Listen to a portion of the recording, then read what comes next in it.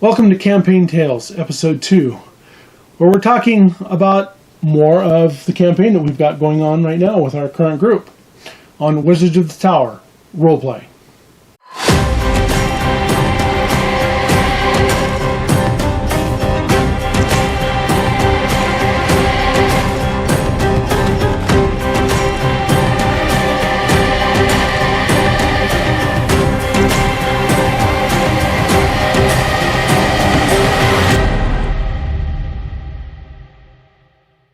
Welcome to Wizards of the Tower Roleplay, Campaign Tales, Episode 2. I'm Delaney. And I'm Tom. I've been gaming since '79. I'm a newbie. I've only been gaming for a couple years. I always say that because it's just because I've never actually DM'd, but someday I'll get to DM, and whenever he's ready. Whenever I'm ready. And we'll talk about that in another thing. In another time. And like I said, I will always argue that he's not a newbie, but, that's how Tom feels. Yeah. Anyway, we're here to tell you a little bit more about Campaign Tales and the campaign that we've got going on right now. Yeah. I originally always called it the Wildland campaign because it seems like it takes place in the far north. Right. Which is analogous to sort of Scandinavian Europe, northern Sweden, northern Norway, northern Finland, that sort of area.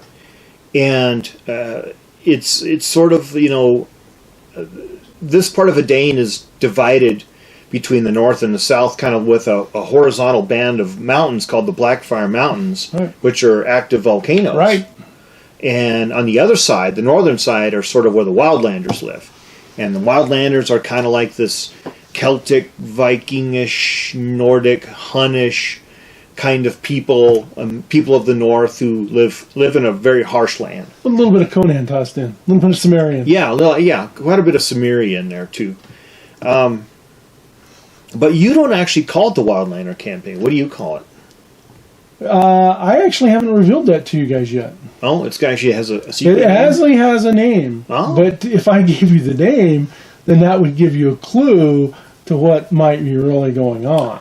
So the secrets that DMs keep so that players are always kept in the dark. So you understand that's one way about creating worlds and holding back things so that the players don't get too far ahead of themselves. Yeah, the generic name for it is the Never-Ending Winter. Okay, that's good enough. But that's the generic name for it. So it starts out in a village on the North Ocean coast, which would be almost like the Arctic Ocean. Yeah. And this village is called Wormgard. Well, the clan. The clan is called Wormgard. Now, when we say Wildlands, we're not spelling it W-I-L-D. We're spelling it W-Y-L-D. Yeah. Wild. And the Wildlands are that because it's considered uncivilized. The people up there they're not highly technologically advanced. They've got some magic. They can make weapons. They can make some armors, chainmail, and some not real heavy type things. Yeah. But they're great warriors. They're big and they're strong and they're rather ferocious. But they're clannish and they're broken up into clans, very much like Europe was in the Dark Ages with during the Celts and the Germans and the Gauls. You had all these kind of infighting clans. Mm-hmm. And the clan that you guys are all from, or most of the players are from, was called Wormgard, Wormgard. And the city it's an actual large, like Viking-esque walled city, and it's called Wormvik. Wormvik, that's right. Right, and yeah. So the campaign starts off where the characters are mainly young teens, 15, 16, 17, 18 years of age. Yeah. And they have to prove that they are adults at this time. They are coming of age, and in this society, you have to do something to be considered an adult. A coming of age trial. Right. So to speak. And some people do it on their own. Some have it assigned to them. Mm-hmm. Some do it younger. Some do it much later in life. But everyone's considered they have to do it to advance into the adult life, which means that they get to go to the clan meetings, or all thing, if you want to call it, something like that. They get to drink the mead. They get to participate in the games. They get to go on war raiding parties or other things. So all the characters in this adventure are going on their test of adulthood. Yeah. And in their test of adulthood, they are called before their High Jarl, who gives them this. They have this big ritual with their shaman, and they have to drink this foul-tasting brew. And part of the first part of the adventure is they have to drink it down, and they have to make a fortitude check. And if they fail the fortitude check, then by basing it on how much they fail it, do they stop drinking it, or do they gulp it down and gasp and trying to drink this foul liquid down, or do they just puke it, or do they just refuse to drink it altogether? Yeah, and each one of our characters, of course, I think we had like 5 characters at the time. Yeah, we started off with 5. Yeah. I think there were 5 players. Well, then there were a couple of NPCs that I threw in there to fill out the party. Yeah, each one of our characters had to drink this sort of brew, and depending on what you were able to do, if you were able to hold it down or whatever, it talked about just the status that you would have in the clan then. You know, if you drank it, held it down, you had higher status. If you threw it back up, your status was lower, and if you refused to drink it at all, well, you're almost like an outcast. Yeah. And we have one character who refused to drink it. And, it's an NPC. Yeah, it's NPC, and so it ends up being sort of like the perennial outcast kind of character. You know, if you gathered a group of teenagers together and had them do the different things, well, this would be the outcast teenager. You know, the ones that nobody really liked, and the one that always got picked last for sporting events and things like that. So, so then these characters, these teens, are given a quest that they must fulfill. Right.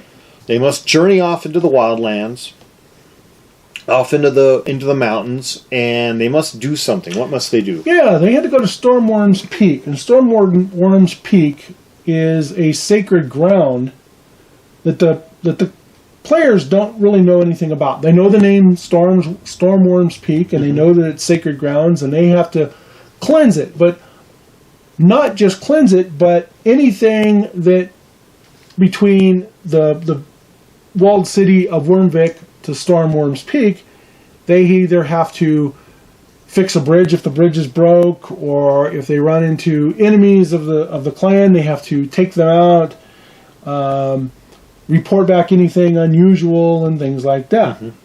Now, before we go too far, let's talk a little bit about the character creation that we had in this. How we did that. Well, you basically made it random.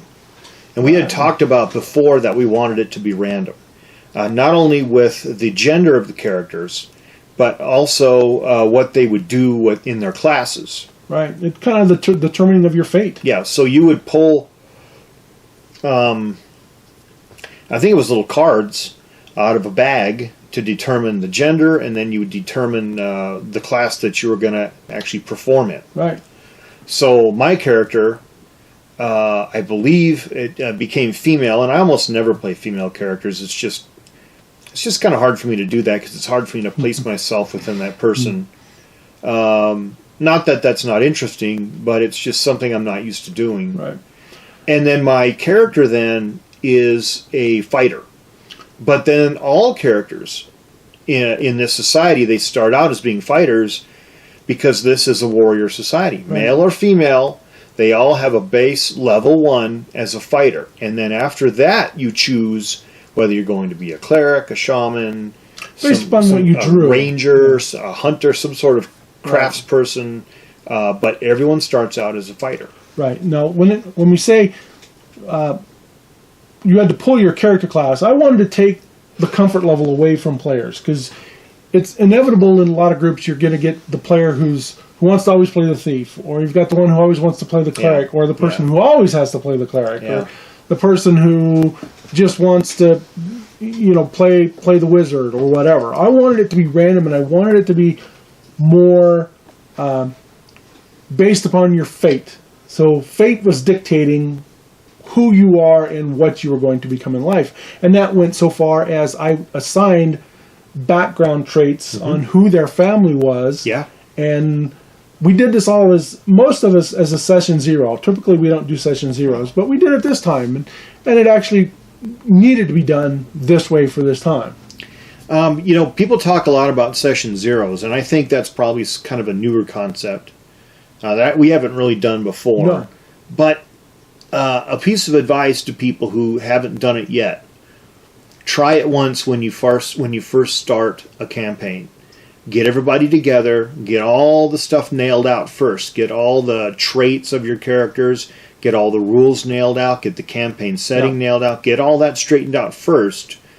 That way, you don't have any kind of big surprises that come up where someone creates this mega warrior character with all this armor and these weapons, and then they show up to play the first session, and you say, your character's armored in full plate?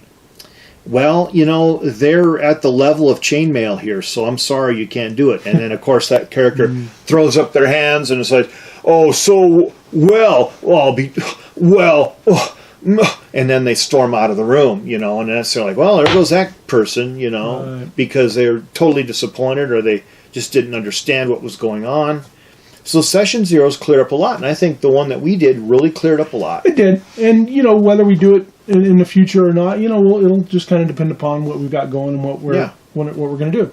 But to continue on with the campaign, the players start their adventure on the first day of spring, and spring has not sprung. Yeah, it is cold. It is still wintry, and people are grumbling about that. It's going to be a hard year if spring doesn't come soon. And the party leaves. They have very basic equipment that's given to them, basic warm clothing, basic weapons, basic armor, not very warm clothing, 1 day of food, and 1 day of water. And they have to find all this as they go. They have to provide for themselves. They have to forage and depend on each other. It's sort of like kind of like those World War II movies where all these disparate soldiers are thrown together, and it's like, you're going to live off the land until you reach the bridge at the Alpha River crossing. Until you get there, you're going to have to create your own explosives from salvaged enemy weapons and then blow the bridge to stop the invading army. And it's like, that would be some kind of a movie called, Teenage Commandos, starring George Hamilton, that kind of stuff. Mm-hmm. So in this one, basically, it's a test of a person's worthiness in the clan, how well they can forage, how well they can take care of each other, how well they can work together as a team. And the first thing they do, of course, is try to find their way across a big river. Right. They have to work together as a team. Can they get a boat across the river? Can they swim across? And they actually didn't have a boat to start with. There was a boat on the other side that was a leaking boat. Yeah, so they had to get somebody to the other side first to get the boat to come back and prevent the boat from sinking before they got back across the freezing water. So it was a test, and it was a test of us as a group to come up with a way to do it so that our characters wouldn't die. Now, Delaney can be kind of tough and realistic when it comes to DMing. There's no unicorns and roses here. You can freeze to death. You can die of exposure. You can do all these things. You can drown. So our little happy group of characters, little teenagers in their leather armor and their wool cloaks with their bows and arrows and basic hand gear, axe and their little neck knives. No healer. No arcane users. Nope. They had to make it their way all the way up into the mountains and overcome goblins. Yeah, there were bandits. There was a mother bear with her 2 cubs, which wasn't designed. It was kind of designed in case there was a ranger or somebody who needed a animal companion. That's true. That they could take one of the bears, or they claim one of the bears, one of the 2 baby bears, if they defeated the mama bear. Yeah. And there were wolves that attacked, and how they got past the wolves that attacked at night, and. There was a bridge that needed repaired, and there were rivers that needed to be crossed. And there was a savage, wild, almost like a saber-tooth cat type creature that I have in my world. It's a mundane creature that's extremely dangerous, and a giant that they had to escape from. That they learned right away in my adventure that fighting is not always the option. Sometimes you have to run away. Sometimes you have to negotiate. And another point in the adventure, they wake up, they're getting ready to go to bed at night, and this woman who, depending upon what the players rolled in their dice, how they would see or hear this woman, whether she appeared to be old or really young and beautiful, or she had a young voice or a very old voice, or a combination of all that. Yeah. And she gave them this important quest, basically, that told them that winter is coming, and I am putting a quest upon you to clear my name. Yeah. And it was upon the characters to decide who this person was and what they meant. So it was kind of a puzzle in some ways. You know, folks, before you start drawing a lot of parallels between George R.R. Martin's Westeros.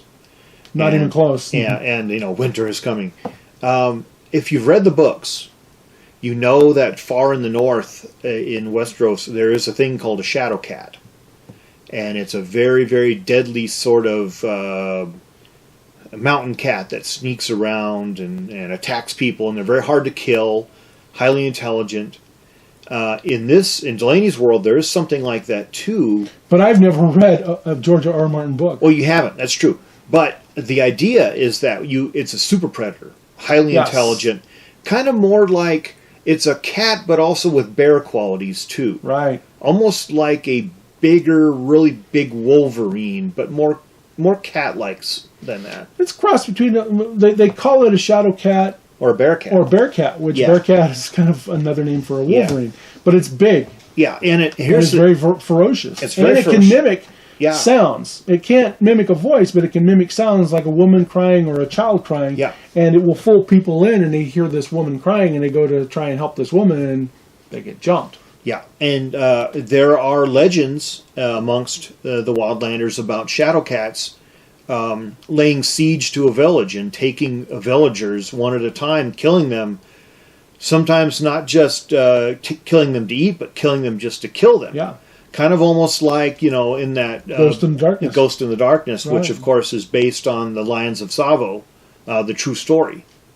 The maneless male lions who, killed hundreds of people in Africa. So Delaney likes to stick these things in her games that are really sort of based on myth, legend, folklore, and not just fantasy. And so there's always this grounding in the game that makes them sort of very visceral, very sort of in your face, very sort of dirt under the fingernails, very sort of, I wake in the morning, I'm so cold I can't feel my fingers kind of stuff. And so these kids on this adventure, well, it's not easy for them. It's very difficult, and the different things that they have to overcome, makes for a very difficult sort of start to an adventure. Yeah, and in the end run, when they get to Stormworm's Peak, they find that it's inhabited by a bunch of goblins. Yeah. And they have to fight their way up to the caves because the goblins are out hunting and run into the party, and it becomes a very hard spot to fight because they're on a ledge and a small trail, and it's very hard for them to fight. And once they get up to the goblins and find out what's going on with the goblins, they have to deal with there's goblin wives and goblin children, and what do we do with them? And they have to basically evict the goblins from these sacred caves because the goblins have gone in there and taking over because they're steam caves. They're warm. They're warm in this endless winter, and the goblins are just seeking warmth and shelter. However, our task, as given to us by the Jarl, was to clear the goblins out of the caves, and we had to do that. The goblins protested vehemently, that we're those that survive. Yeah, those that survive. It's like we're going to freeze our kids. We got nowhere to go. Well, I mean, there were other caves to go to that they could go hide in. And goblins are pretty resourceful. But the thing is it was sort of heart wrenching that we had to actually do that. And that in itself was a test of our humanity. Now, I can imagine being in some of our other games and other campaigns where we were in, where we would have just slaughtered every single one of them. Right. However, our campaign is a little more humane, and there's these moral conundrums that we have to deal with. Right. So, in the end, they evict the goblins. They go back home. They're celebrated in the adulthood, including the one who refused to drink, but he's an outcast now. Yeah, he's become an outcast. He's an outcast. His family refuses to accept him anymore as a family member, and the clan refuses to accept him as a. He's a clan member, but he's an outcast. He can't live within the village, and he can't show his face. He has to cover his eyes. So, in which respect, I always describe him. If you know the band High Lung and the female singer in that band and how she covers her face, that's kind of how this character dresses. He becomes an oracle for the party, and we'll get into more information about him in more of these campaign tales. But in the overall scope of it, they succeeded, but they failed because they didn't take out the goblins. Yeah. So it was a win-win, but it wasn't quite a full win. Yeah, it's sort of one of those things where you're damned if you do, you're damned if you don't. You're supposed to do one thing. Right. Do you win the war and lose your soul? Do you keep your soul and lose the war? In this case, we decided to keep our souls and sort of lose the war, even though we knew when we would come back to the village, because we succeeded in our task, we would still be hailed as heroes. However, there's always this sort of dark muttering in the background of, but you let those goblins go, we'll end up fighting those goblins later, that kind of stuff. So. And the only thing they really missed out upon that is they did not get a treasure of an armband, which designated them in a higher regard in the clan. Yeah. But we'll keep going on when we talk more about where the campaign's going in our next Campaign Tales episode. So with that, we'll end this episode of Campaign Tales, Wizards of the Tower Roleplay. May all your adventures be epic, and keep on role-playing. Thanks, folks.